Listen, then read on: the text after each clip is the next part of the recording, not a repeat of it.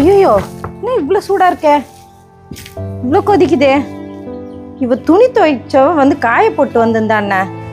இதெல்லாம் என்னால் காய வைக்க முடியாது, அவளே கூப்பிடலாம். ஏ கவி, கவி சொல்லுங்க. நீ என்னங்க நீ?